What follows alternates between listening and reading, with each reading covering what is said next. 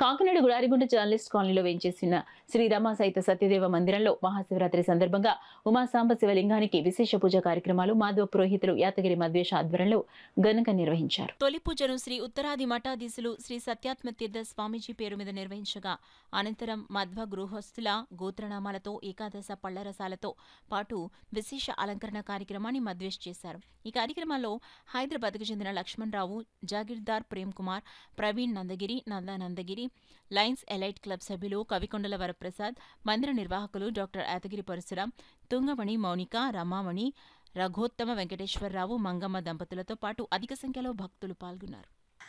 మహాశివరాత్రి ఎంతో పర్వదినమైనటువంటి రోజు. ఈ రోజున పరమేశ్వరుడికి అభిషేక ప్రియుడు కాబట్టి మహాస్వాముల వారు శ్రీ శ్రీ శ్రీ 1008 సత్యాత్మతీర్థ శ్రీపాదుల వారు చెప్పి ఉన్నారు. పరమేశ్వరుడి యొక్క పూజ ఆవశ్యకతము అని చెప్పారు.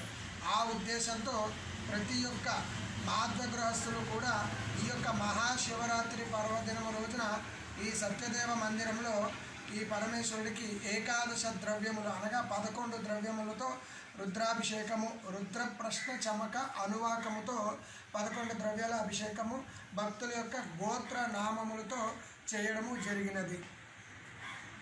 అదేవిధంగా ఈ యొక్క పరమేశ్వరుడు మృత్యుంజయ కారకుడు కాబట్టి ప్రతి ఒక్క భగవద్భక్తులకి ఆ యొక్క ఉమాసాంబశివ స్వామి వారి యొక్క విశేష అనుగ్రహంతో ఆయురారోగ్య ఐశ్వర్యము కలిగి సద్భుక్తి కలిగి మంచి మార్గంలో నడుస్తూ ఉండాలని ఆ ఉమాసాంబశివ స్వామి వారికి ప్రార్థన చేస్తూ 2 మాటలను ముగిస్తున్నాను.